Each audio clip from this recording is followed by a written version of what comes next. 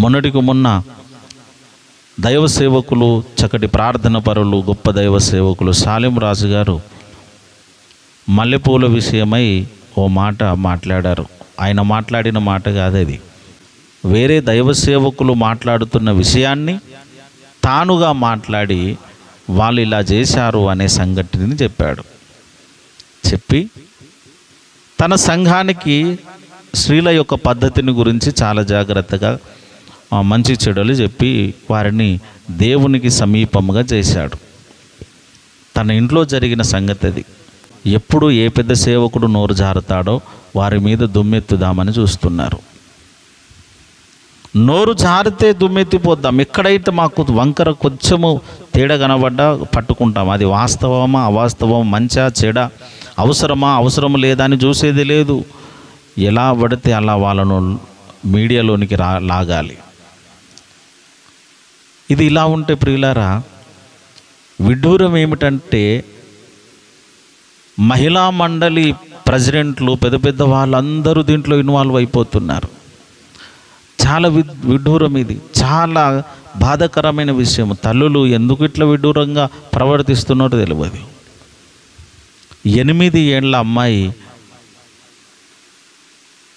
ఏంటిది, క్రూర మృగాలకు అంటే మానవ మృగాలకు తన ప్రాణమును బలిచ్చిన 8 ఏళ్ల చిన్నారిని మానభంగం చేసి పాడు చేస్తే ఏ మహిళా మండలి బయటికి రాదు. వచ్చి స్త్రీకి ఇలా అన్యాయం జరిగిందని మాట్లాడేటోరు కూడా ఉండరు. ఏ స్త్రీ కూడా రాదు. ధర్నాలు చేయరు, రాస్తారోకోలు చేయరు. మణిపూర్ లాంటి అన్ని ప్రాంతాలలో స్త్రీలను బట్టలు లేకుండా ఊరేగించితే విడ్డూరంగా వేడుకగా చూశారే కానీ ఏ స్త్రీ కూడా ధరణ చేయలేదు, రాస్తారోకో చేయలేదు. ఒక స్త్రీ మరొక స్త్రీకి అన్యాయం జరిగితే పోరాడవలసిన వారు పోరాటం చేయక మల్లెపూల విషయమై రోడ్డుకెక్కుతున్నారు. ఈ పెట్టుకుంటే ఎంత, పెట్టుకోకపోతే ఎంత. దీనివల్ల వచ్చేదేమున్నది, పోయేదేమున్నది? బైబిల్ చెప్పింది అంతరంగ స్వభావము నీకు అలంకారంగా ఉండాలి, బయట స్వభావం అలంకారంగా ఉండాల్సిన అవసరత లేదు అని బైబిల్ చెప్పింది. అంతరంగ స్వభావం అలంకారంగా ఉండాలి అని అంటే బయట నీవేం అలంకరించుకోవాల్సిన అవసరత లేదు. అలాంటి అలంకరణలు మా మందిరంలోకి వచ్చేవారు పెట్టుకోరు అని ఆ సేవకుడు ఎవరో మాట్లాడితే ఈ దైవ సేవకులు సాలెం రాజు గారు మాట్లాడారు. అయినా సరే అది తప్పు పడుతున్నారు ఈనాటి స్త్రీ సమాజం. చాలామంది ఇలా పొరపాటు పడుతున్నారు. ప్రియులారా, మనము దేవుని దృష్టిలోనికి వచ్చి చూస్తే దేవుడు మనకు చెప్తున్న మాట ఏమిటి?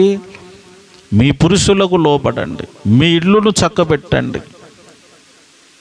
ప్రతి ఇంటిలో తల్లులు కుమారులను పెంచుతూ ఉన్నప్పుడు, కుమారులను కంటూ ఉన్నప్పుడు, వాళ్ళను ప్రయోజకులను చేస్తూ ఉన్నప్పుడు తల్లి ప్రేమ చూపెట్టండి. తల్లి ప్రేమ, అక్క ప్రేమ, అన్న ప్రేమ, చెల్లె ప్రేమ చూపెట్టండి. వాయు వరుసల విలువలు తెలియజేయండి. నీకు కడుపున పుట్టిన పిల్లలకు వాయు వరుసల విలువలు తెలియజేయండి.